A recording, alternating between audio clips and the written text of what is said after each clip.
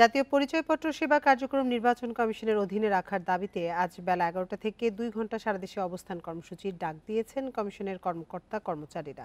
এই ঈদে জামা জুতো অ্যাক্সেসরিজের ডিসকাউন্ট। সারা দেশে ইসি সচিবালয়ে জাতীয় পরিচয় নিবন্ধন অনুবিভাগ, নির্বাচন প্রশিক্ষণ ইনস্টিটিউট ও মাঠ পর্যায়ের সব কার্যালয়ে স্ট্যান্ড ফর এনআইডি শিরোনামে এই কর্মসূচি পালন করা হবে বলে জানানো হয়েছে। বুধবার দুপুরে রাজধানীর নির্বাচন কমিশন ভবনে সংবাদ সম্মেলনে এই কর্মসূচি ঘোষণা করেন ইলেকশন কমিশন অফিসার্স অ্যাসোসিয়েশনের আহ্বায়ক মনির হোসেন।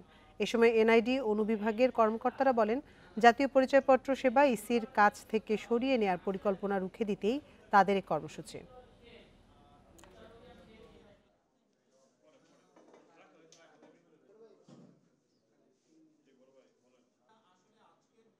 সারা দেশে নির্বাচন কমিশন সচিবালয়, ইটিআই, এনআইডি সহ সারা দেশে আমাদের যে নির্বাচন অফিসগুলো আছে, আমরা আগামীকাল সকাল 11টা থেকে 1টা পর্যন্ত আমরা স্ট্যান্ড ফর এনআইডি আমরা এটা পালন করব।